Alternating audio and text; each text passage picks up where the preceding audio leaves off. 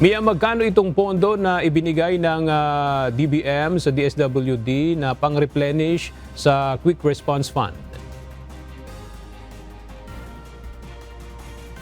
Yes, aga natanggap na nga ng DSWD ang 875 million pesos na replenish fund para sa kanilang Quick Response Fund ng DSWD.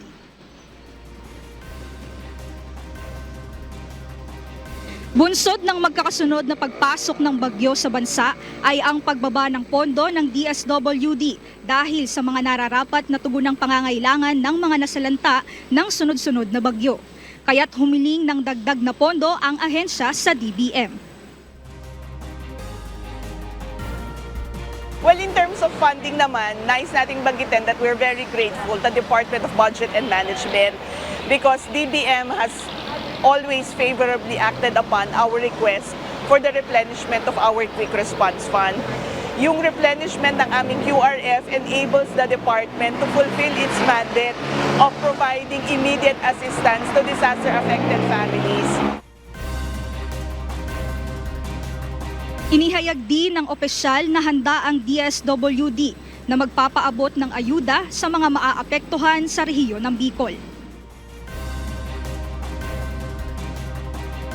Dahil nga tayo ay nag-anticipate that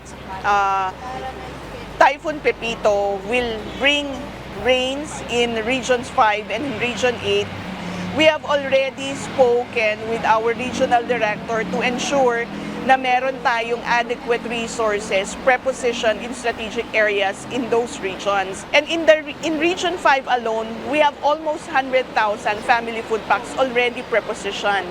In Region 8, we also have more than 80,000 family food packs prepositioned in those areas.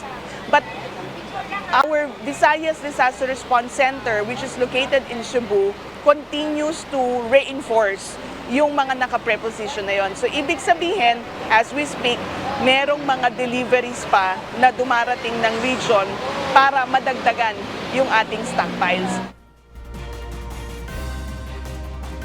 Una nang sinabi ng Pag-asa Weather Forecasting Center na posibleng makaranas pa rin ng pagtama ng bagyo sa bansa hanggang sa unang bahagi ng taong 2025. Aga kaugnay nga nito ay tiniyak ng DSWD na merong sufficient fund ang ahensya para tumugon kung sakaling magkaroon ng mga emergencies o tamaan ng bagyo ang ating mga kababayan. Yan muna ang update. Aga, balik sa'yo. Maraming salamat, Mia Alonzo.